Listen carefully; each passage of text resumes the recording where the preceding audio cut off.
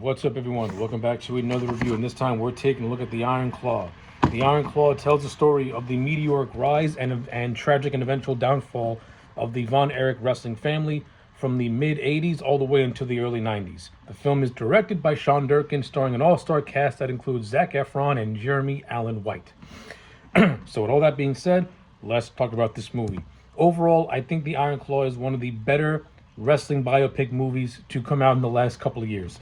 Now, in terms of wrestling, movies in mainstream film, they're very few and far between. With the biggest one before this really being Mickey Rourke's The Wrestler, and that's basically it. I mean, if you like comedies or if you like guilty pleasure comedy movies, you do have Ready to Rumble, which was heavily focused on WCW, but you never really got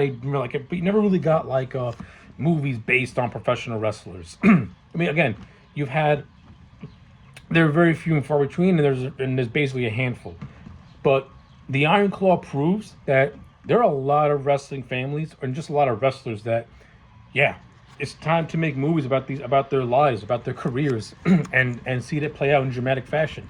And to me, the Iron Claw is going to play a factor in pretty much having a wrestling biopic boom. What the Iron Claw gets right, it gets right, and it gets right to an absolute T. Now, what the Iron Claw gets wrong, that's really based on your perspective and how well you know the Von Erich family and the Von Erich story and stuff like that. This movie is not 100% accurate in how it depicts events. I mean, it does depict the events, but it does them in very just weird order, in just a very weird order. Like it's almost done out of chronological order in a way, which is weird. Because if you're going to tell the Von Erich story, then you got to tell the Von Erich story. Because this family had so much in terms of a triumph, in terms of popularity. But once that bubble burst and the Von Erich curse really started to kick in, it was just one unfortunate series. It was just one unfortunate event after another unfortunate event. And it basically is what nearly crippled an entire wrestling family. And for the most part, I thought Sean Durkin did a fantastic job at giving the story. Number one, most important, he treated this story with respect. That's the one thing I'll give him. He treated the story with respect.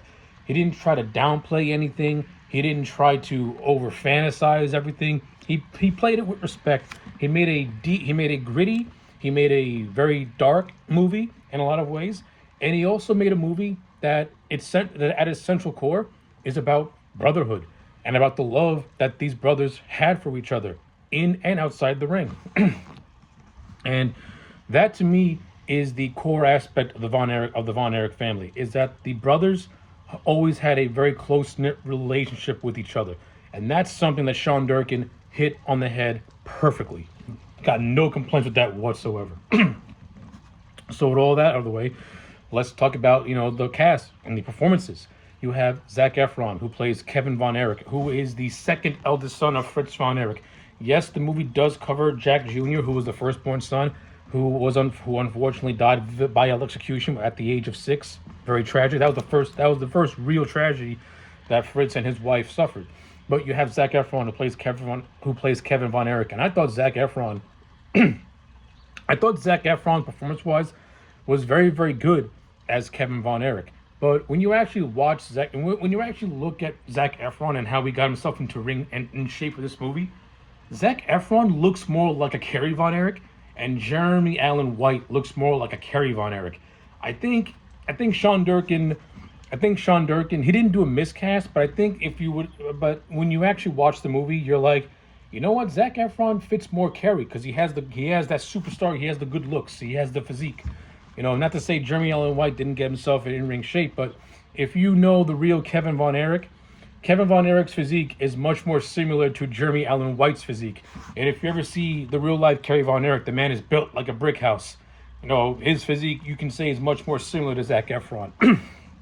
Yeah, I think in terms of which actor should have played which roles, I think Sean Durkin, he should have swapped the two, because I think the movie would have been better off for that in terms of accuracy.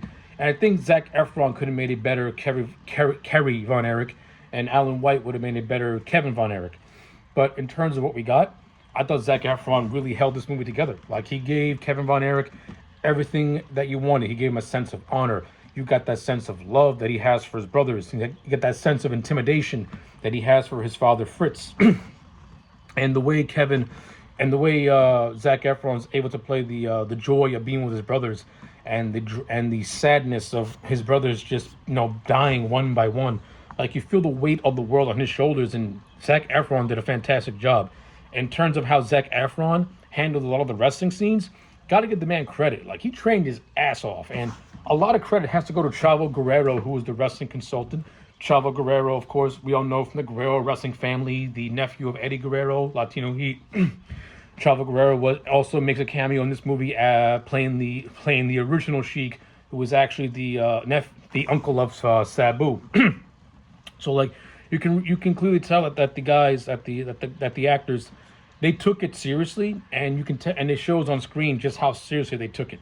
Like Harris Dixon, who played David Von Erich, he actually looks like David Von Erich in a way. He has a cadence of David Von Erich. He has that stature of David Von Erich.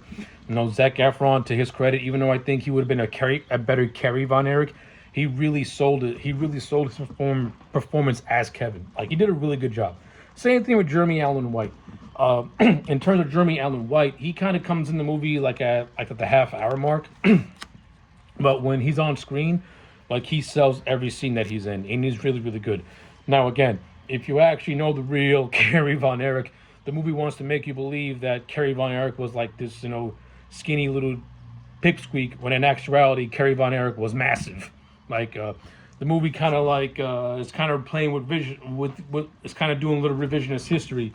Like, Kevin was always fit, but he was never like Kerry. Kerry was just he was a mountain. But yeah, like, performance wise, I thought Jeremy Allen White was really good as the character of Kerry Von Erich. You get the sense of the love he has for his brothers. The movie tackles the demons that Kerry was dealing with, like, steroid abuse and drug abuse.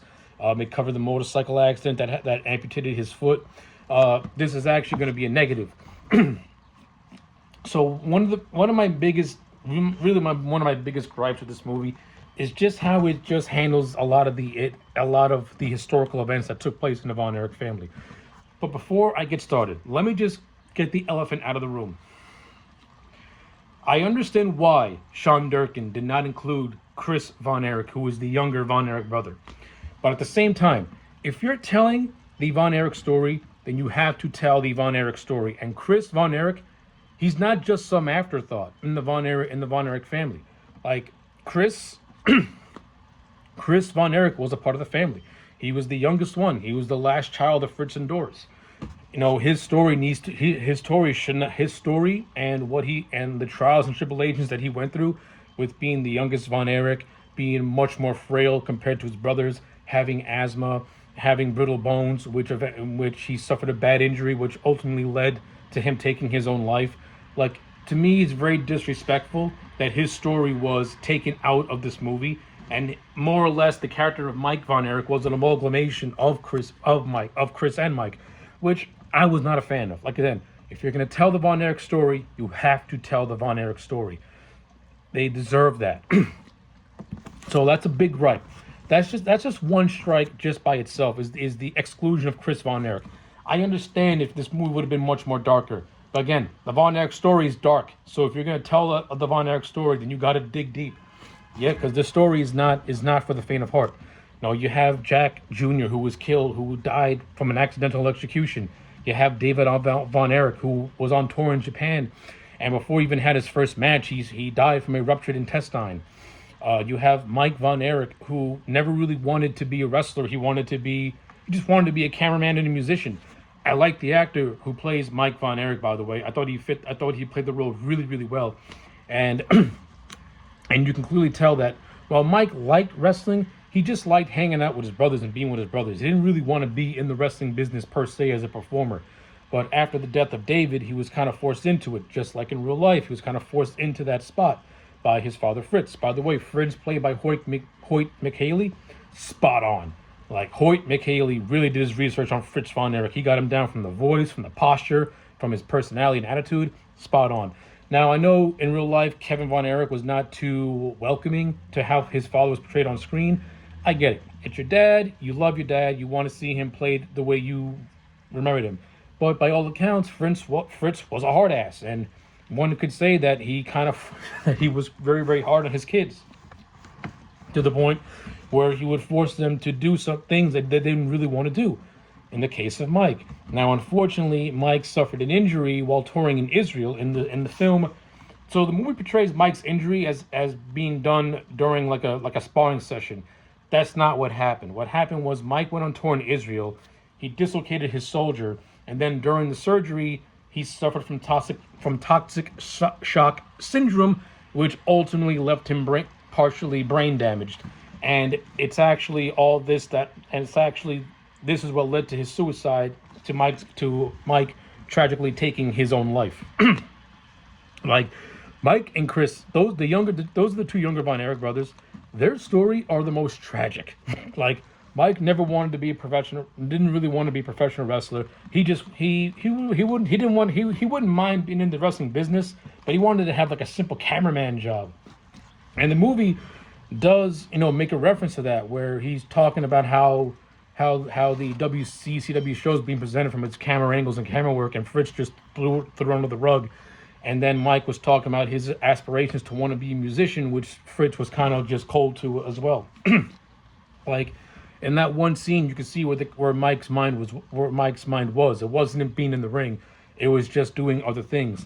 And looking back on hindsight, you kind of wish that Fritz would have supported Mike in those areas instead of forcing him to be in the ring. I think if that would have happened, then Mike would still be alive today. Not to put the blame on Fritz or anything like that in real life, but that's the impression you get when watching this movie, that if Fritz would have been much more supportive of other endeavors, then maybe a lot of his kids would still be alive. Like, you don't want to think that, but the movie kind of raises that question. So yeah, like, in terms of performance-wise, I think Stanley Simons, who I believe portrayed Mike, did a really, really good job. Lily James plays the character of Pam, who is the love interest of Kevin Von Erich. She was fine in the role too. I thought her and Efron had very good on-screen chemistry. I like the romance. It works for me. Like, she doesn't really play. She's not like Lily James doesn't give her like a groundbreaking performance, but as a love interest and someone who's there for Kevin, especially when the tragedy starts to hit, it's good to have that emotional anchor, if you will. So, no complaints. I like that. Again, I like how this handles certain aspects of the story. I like David. Like I said, this movie also covers Kerry Von Erich and his eventual rise to defeating Ric Flair at the David Von Erich Champions Parade, and which was one of the greatest moments for the Von Erich family. Now, throughout the entire movie, Fritz's main goal is to bring the NWA Championship to the Von Erich family, because it's a belt that he never won. Originally, it was supposed to be David, but then David unfortunately passed away, and then it went to Kerry, which was one of Kerry's greatest achievements. Now, what the movie failed to really convey, so Kerry Von Erich suffered a motorcycle accident which amputated his foot and more or less limited what he can do in the ring. This movie portrayed that as happening the night that Kerry won the world title, which is not true. So the real story is Kerry beats Ric Flair for the world championship, and then weeks later, Flair beats Kerry for that world championship because Kerry was missing a lot of dates. Now, this was when Kerry was really getting into drugs and really having really bad addictions. So, as a way for the NWA to save face in real life, they had Kerry drop the belt to Flair. The motorcycle accident didn't really happen, I think, about a year and a half afterwards. The movie tries to tell you that Kerry had his foot amputated mere days after winning the belt, which is not true. Not true at all. That's a big glaring inaccuracy. It doesn't take much to put a time card and say several months later, and then show Kerry riding down on his motorcycle getting into the accident. That's an inaccuracy. I don't like that. Like, the historical inaccuracies in how Sean Durkin portrayed some of the events in the Von Erich timeline is really just questionable. The movie also covers the the whole thing with Lance Von Erich, who's the fake Von Erich, who makes a blink and you miss a cameo by MJF. The story of Lance Von Erich, basically Lance Von Erich was brought in as a way to pretty much cover the fact that Kerry was hurt, and and the fact that they needed a fill-in after David passed away. Eventually, Lance is what led to Mike and Mike's whole ordeal and what have you. So yeah, like that's that. Like the story of Lance Von Erich just quickly gets brushed under the rug, which it would not have hurt to put a 5-minute scene explaining that, just to give it some context. In terms of other things that I kind of liked and disliked, so the movie portrays both Harley Race and Ric Flair in two separate scenes. The actor who played Harley Race was spot on. He had the voice, the cadence, and the look. Good stuff. The actor who played Ric Flair, is doing an imitation, a very, very bad Ric Flair imitation. Like when you watch how this guy plays Ric Flair, you would have thought this man just found out who he was 5 seconds before going on film. It was not good. He didn't have the cadence. He didn't have the voice. Whenever he would do the Ric Flair, woo, it was sounding like, whoa, whoa, whoa. I'm like, what the fuck is going on here? Yeah, I think the scene with Ric Flair is it's like the worst scene of the whole movie, because it just didn't look right to me. It came across as just weird. It came across as really, really forced. Another thing this movie glossed over, which is what the WCCW was built off of, which was the Von Erichs and the Freebirds. Like, we get a montage of that rivalry. It would not have hurt to actually have the Freebirds and Von Erichs share a scene behind the scenes, building up to what's going to be the staple feud of the WCCW. I mean, come on. That's part of the legacy of the Von Erichs. It was their feud with the Freebirds. They gloss over it, but at least they cover it, which I do appreciate, because that was an important part of their history. Like, that's part of the triumph. See, you gotta have the triumph outweigh the tragedy in a lot of areas in the Von Erich story, because for every tragedy there was a triumph, and that's a fact. It just so happens towards the end, the triumph kind of consumed this family, and that's what tore this family apart. Because like I mentioned earlier, you have the stuff that happened with David, you have the stuff that happened with Mike. Unfortunately, Kerry succumbed to those demons as well. He ended up killing himself on his father's ranch. And this is actually what leads to one of my favorite scenes in the whole movie. So basically, Kerry comes home for Christmas and he gives his father a gift, which is a gun. I think it was like a Wesson. And then the movie portrays Kerry talking to his brother Kevin almost like later on that evening when Kerry's in a hotel. Basically, it's Kerry reaching out for Kevin to help him because he feels himself falling apart at the seams, basically. So Kevin goes to the father's ranch trying to find his brother, trying to talk to him. He hears a gunshot and he sees his brother dead, slumped behind the tree. And I say this is the best scene because the entire movie is just Kevin's anger building up, and his depression just building up after every death that he has to go through with his family. And he sees his brother and he sees his dad.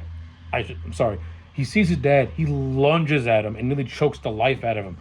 Kevin basically blames his father for the death of his brothers. And in a sense, you can understand where Kevin's coming from, because when you watch this movie, Fritz was almost very authoritarian and almost like he didn't say, "Hey sons, would you like to do this?" It was almost as if Fritz was telling his boys, "Hey, I want you to do this. He's like, I want you to do this, not can you do this." It's like a forceful nature. So just seeing Kevin just lunge at his dad and just like take all that rage and aggression out of him, it's a very good scene. I really like it a lot. And then that scene segues to yet another powerful scene in which we see an afterlife, and we see Kerry in like this little rowboat going towards a pier where he sees his brother David, his brother Michael, and he sees his big brother still as a little kid named Jack Jr. And that's also a very, very poignant scene because it's the four brothers finding peace with each other, finally being together in a way. And that goes back to the overall central theme of this movie, in which it's about brotherhood. And that's actually one of the biggest positives I have with this movie, is that even though we see a lot of the tragedies of this family, we also see a lot of the triumphs. And one of the best things about this movie that I love is that the brothers, the Von Erich brothers, always supported each other no matter what. No matter what. Like, even though Kevin wanted to go after the World Heavyweight Championship, he still supported his brother Kerry when his father chose him. But then we get a scene where after Kevin gets married, he pretty much tells David, like, I didn't really want to be the world champion. It wasn't really an aspiration of mine. And that's basically Kevin endorsing his brother David. And when David dies and they got to find a fill-in, Kevin at first volunteers, but then Kerry's like, no, I can do it. And that's where you can see a little bit of tension. I think it's more along the lines of Kevin taking his role as the second older brother, wanting to make good on that promise. But then you have Kerry, who at the time, Kerry Von Erich was really red hot during that early 80s period. Like he was like the most popular of all the Von Erichs. But the fate of who was going to do it, Kevin or Kerry, was decided by coin flip by their father Fritz, which was ultimately won by Kerry. But at the end of the day, Kevin still supported his brother, which is what I love. So like the overall main theme of this movie was brotherhood, and seeing the genuine love and camaraderie that these brothers have for each other is really poignant and is the best part of this movie. Like when another favorite scene I like is when David, Kevin, Kerry, and Pam sneak Mike out of the house so that way he can go do his musical gig. And that just shows the love and camaraderie these brothers have. We have a scene of them just hanging out by a pier and just like floating around, just shooting the shit and just having fun with each other. Like stuff like that is what really makes you say to yourself that even though their father was an authoritarian asshole, the brothers still had a close bond with each other and a strong love for each other. And it really hits when Kevin loses everything. And in one of the most saddest, so like the last 5 minutes is one of the most saddest scenes in the movie, and at the same time, one of the most uplifting scenes in this movie all at once. So it's right before the credits where Kevin Von Erich, he's on his home, he's seeing his, sons play with each other, and he just breaks down. And then his two boys, Marshall and Ross, go up to him and they ask, Dad, why are you crying? And Kevin basically says, all my life I was a brother, and now I'm not even a brother. And that's a line taken from an interview that Kevin did, I think, on Current Affair. And it is one of the most depressing lines. It's one of the most depressing things I've ever heard a human being say, both in real life and in fiction. Now, all my life I was a big brother, and now I'm not a brother anymore. Like, just hearing someone say that really crushes at your soul. But what makes it uplifting is that his two sons, is that he tries to tell his sons men shouldn't cry. I shouldn't be crying in front of you. But his two sons were right there to comfort him, like, Dad, it's okay to cry. We cry all the time. We're gonna be your brothers. We'll be your brothers. That's an awesome moment, awesome scene that really encapsulates the Von Erich story, in which the bond will always be strong. So yeah, there was a lot to say about this movie. With all that being said, I'm going to give The Iron Claw a solid 9 out of 10. I think this is a near perfect movie. Take away the historical inaccuracies, this is a very strong movie. Well acted, well directed, and it told the Von Erich story the best way that it possibly could. And it told it with dignity, and it told it with respect. It didn't try to demonize anyone. I mean, yeah, you could say Fritz Von Erich was a little bit demonized in a lot of ways, and it's really hard to feel some sympathy for the man in a lot of aspects. But what really holds this movie together is just the four brothers and their strong bond with each other. That's what holds this movie. That's what perfectly holds this movie together. So yes, 9 out of 10 for The Iron Claw. Let me know your thoughts in the comment sections down below. Like the video and subscribe, and I'll check you back next time for more.